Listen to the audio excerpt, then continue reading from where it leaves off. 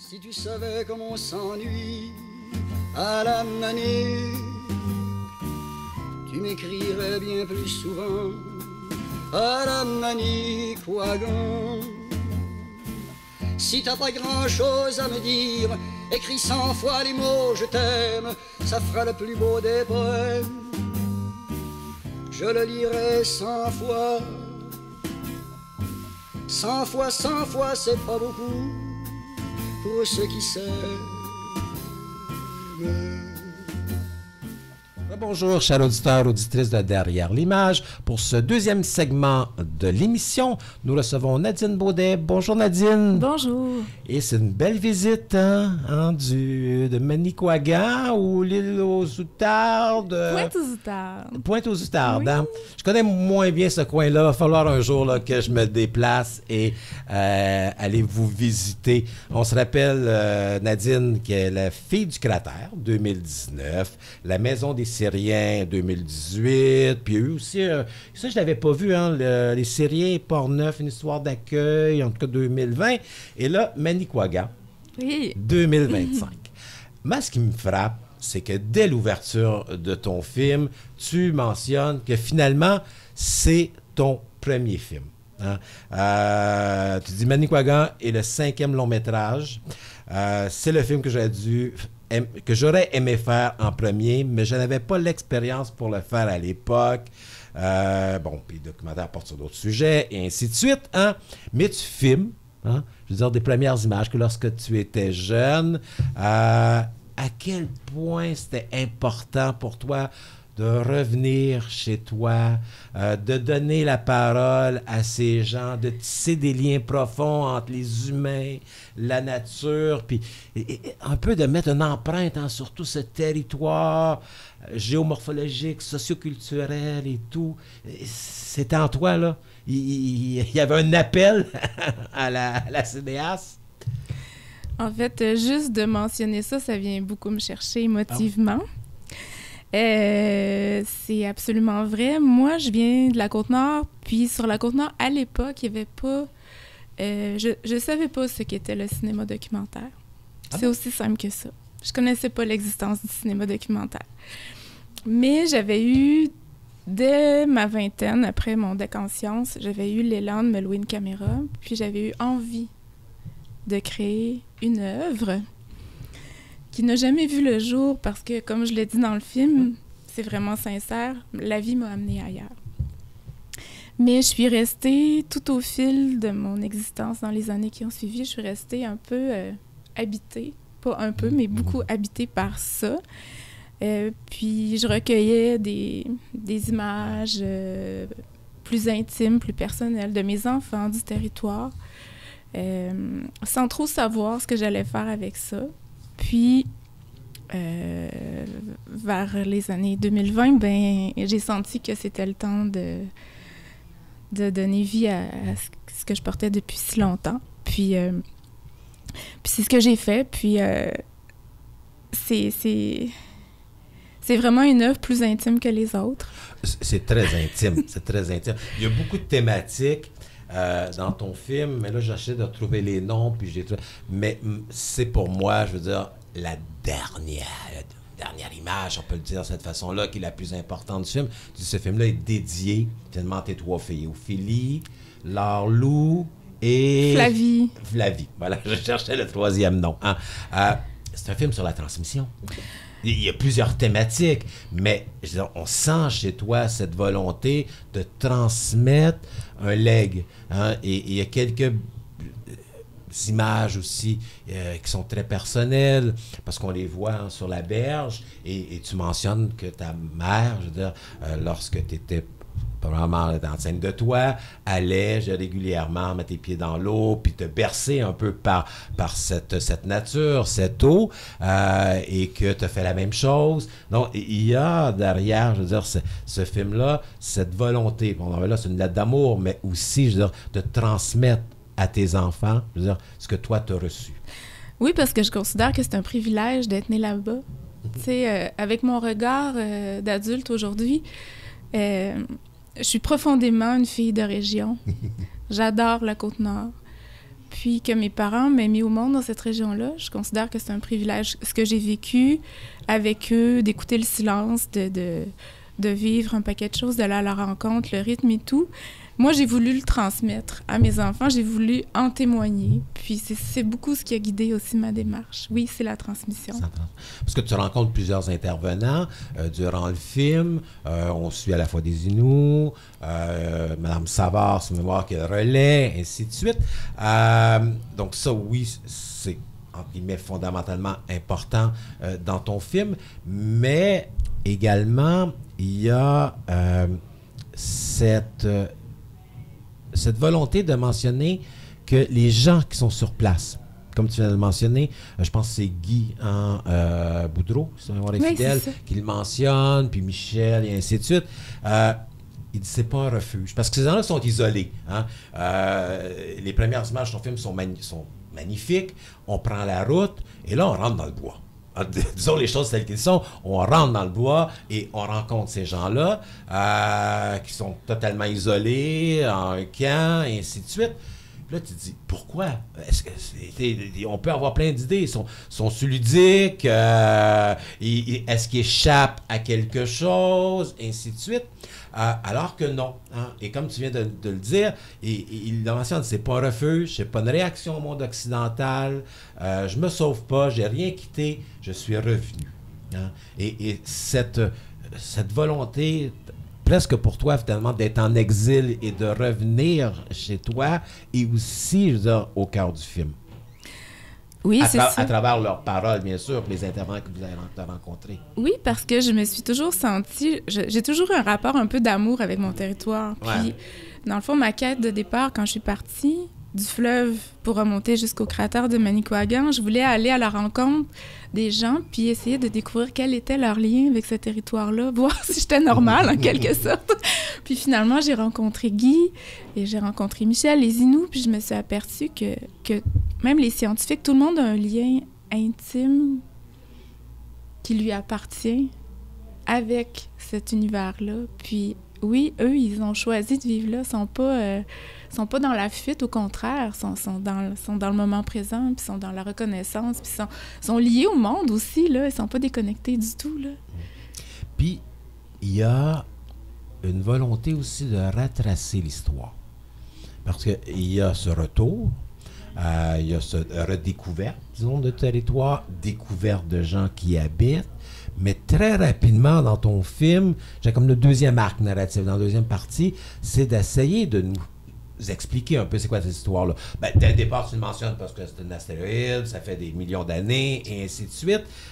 Mais il y a cette volonté de redécouvrir finalement les ancêtres, de retrouver les raisons pour lesquelles ce territoire a été habité. Oui, parce que le territoire... Par des vivants, là. Oui. Pas juste par des hommes, là, on peut... Non, c'est ça. Parce que ça demeure un vaste territoire méconnu. Méconnu même des Nord-Côtiers, parce que j'ai présenté le film sur la Côte-Nord, puis les gens redécouvraient leur territoire. Moi, je l'ai redécouvert à travers le regard des autres aussi, là. Mais c'est une vaste histoire. Oui, il y a eu l'astéroïde qui est tombé il y a 215 millions d'années, mais j'ai fait la rencontre de chercheurs qui essayaient aussi de comprendre, de mettre en lumière l'histoire qui n'a pas été dévoilée encore. Puis ces chercheurs-là aussi avaient un lien unique avec... C'est que tout le monde a un lien. Tout le monde a un lien qui est précieux. Puis... ce qui m'a beaucoup touchée, c'est le rapport que les Inuits m'ont révélé. Je savais, parce que Pessamit, c'est voisin de Pointe-aux-Outardes, dans la mer. Où t'es née. Où je suis née.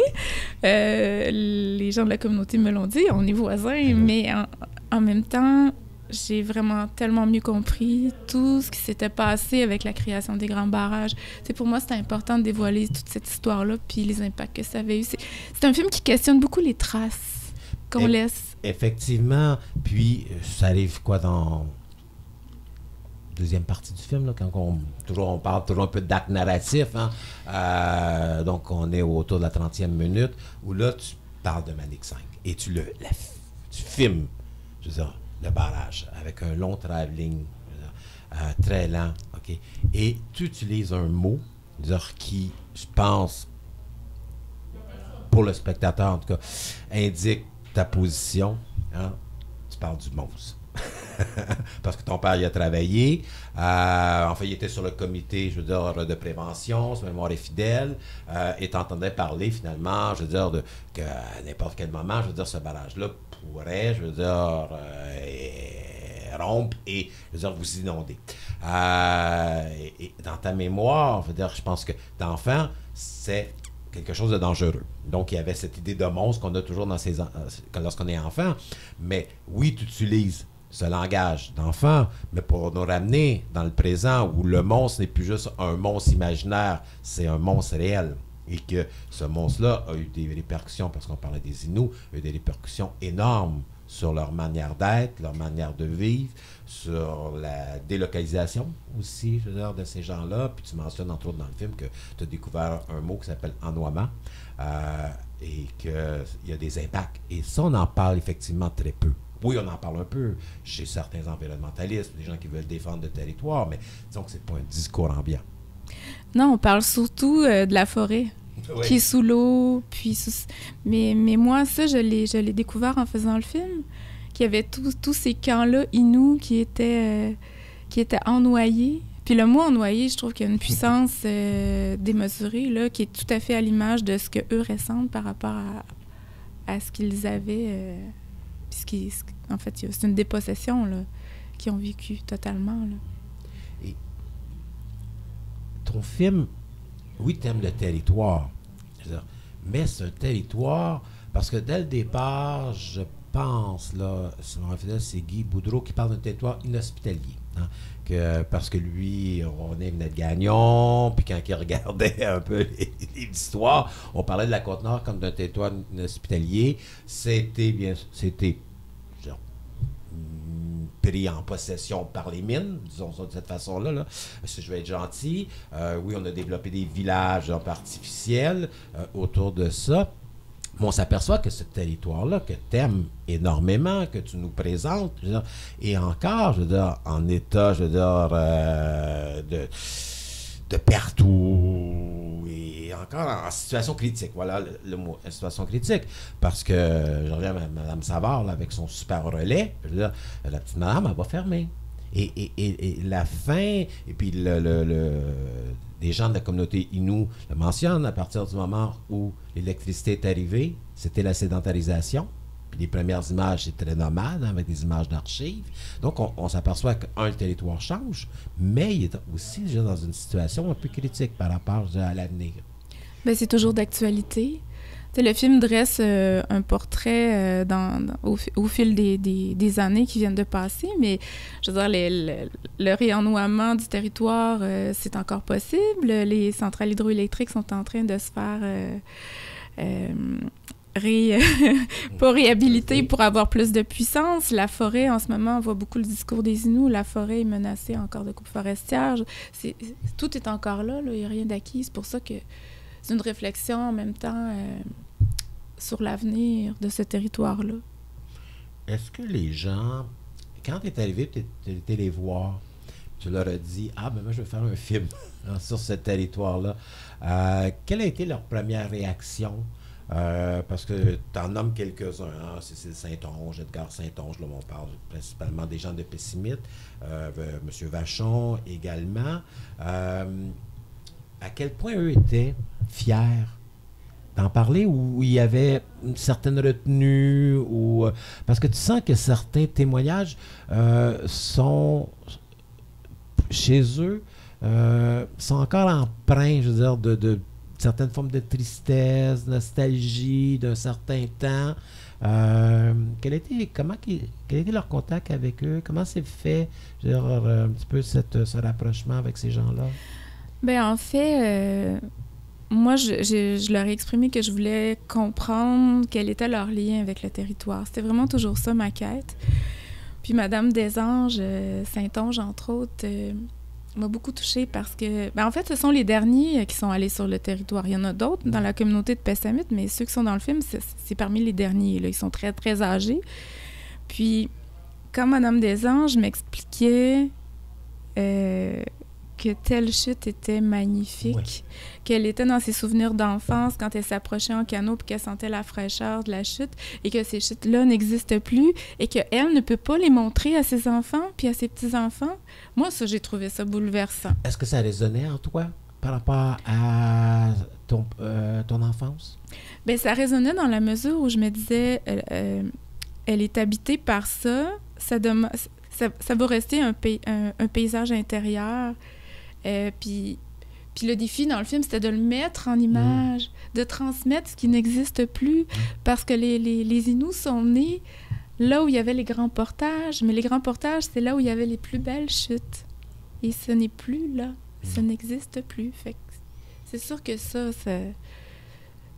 c'est quelque chose qui m'a beaucoup touchée, parce qu'au niveau de la transmission, justement, il y a une coupure qui se fait.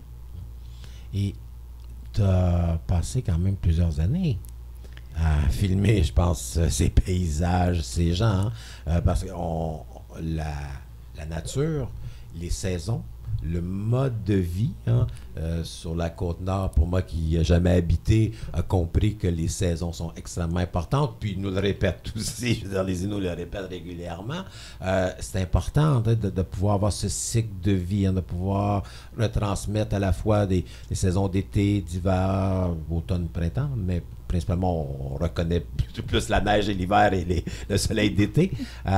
Donc ça faisait aussi partie, dès le départ, de ton projet, de pouvoir reconstituer un peu cet univers-là.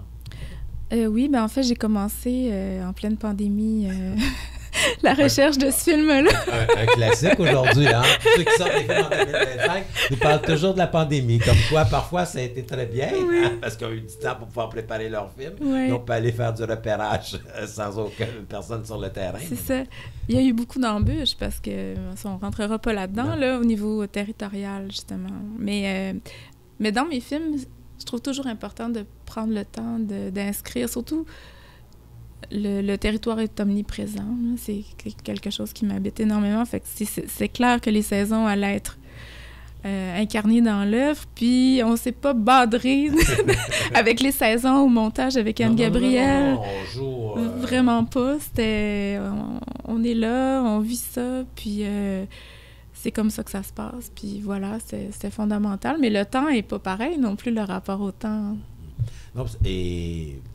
Pour les gens, comme je l'ai mentionné tantôt, tu as co-réalisé avec Dominique Champoux La fille du cratère.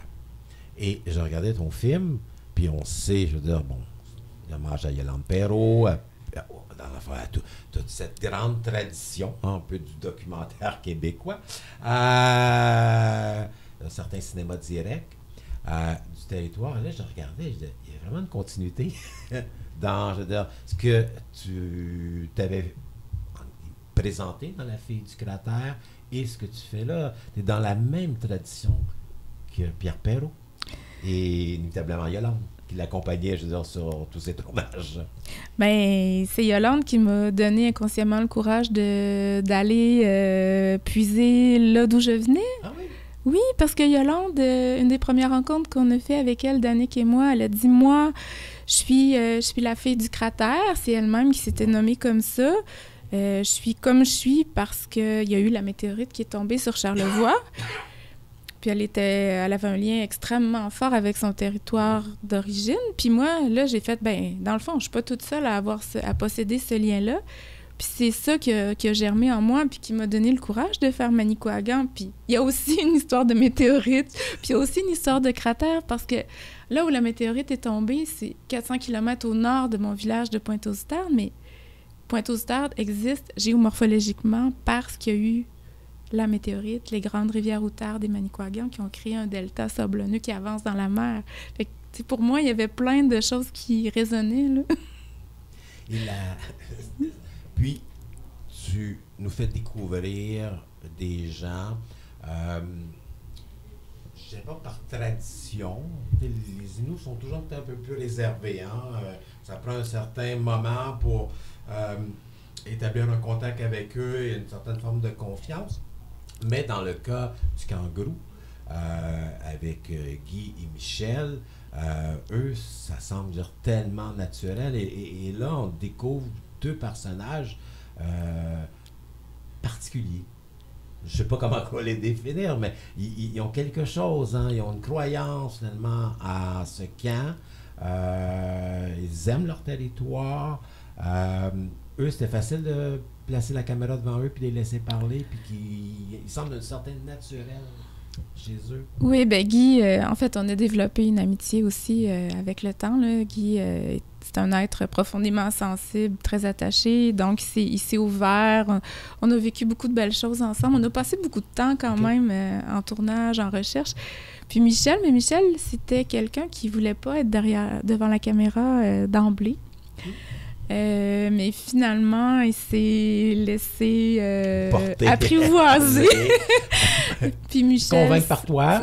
Mais en fait, dans la douceur, dans nos conversations, puis Michel a tellement un regard sur le monde.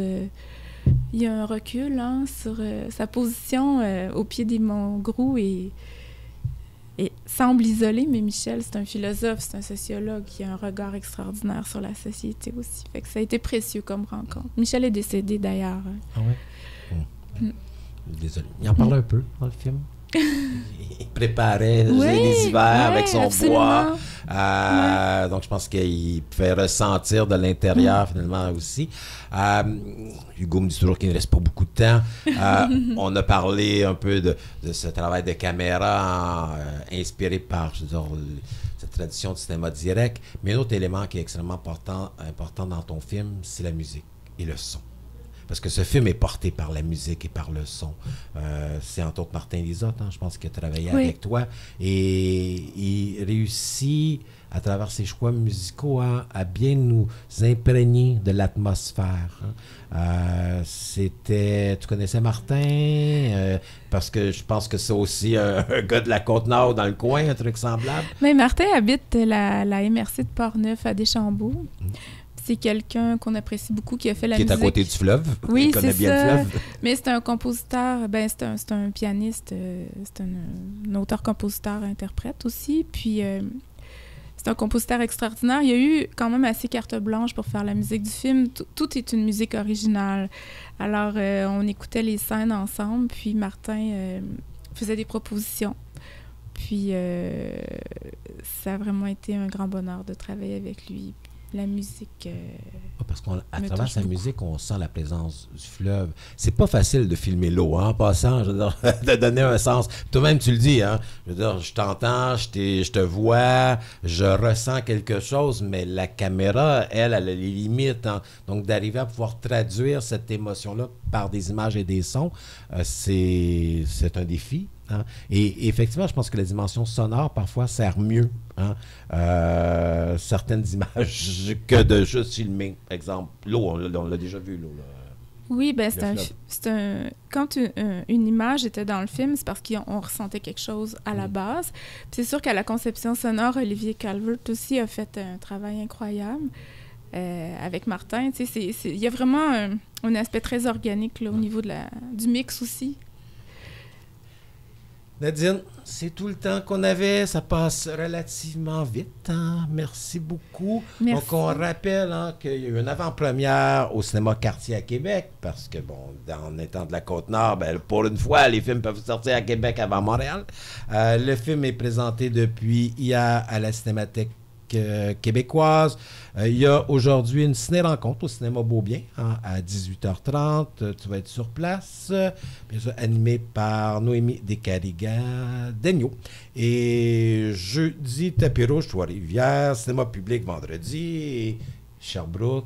On espère que le film va être vu. Parce que c'est important notre territoire. On le connaît mal. Puis j'ai pas honte de le dire. J'ai voyagé beaucoup à travers le monde. J'étais dans le Bas-Saint-Laurent et tout. Mais la Côte-Nord, c'est, on dirait, un monde auquel on a de la difficulté à traverser le fleuve pour aller de l'autre côté. Mais un jour, je vais y aller. Donc, mais minimalement, pour le moment, à travers ton film, j'ai pu découvrir ce magnifique coin de pays. Merci beaucoup, Nadine Baudet. Merci à vous.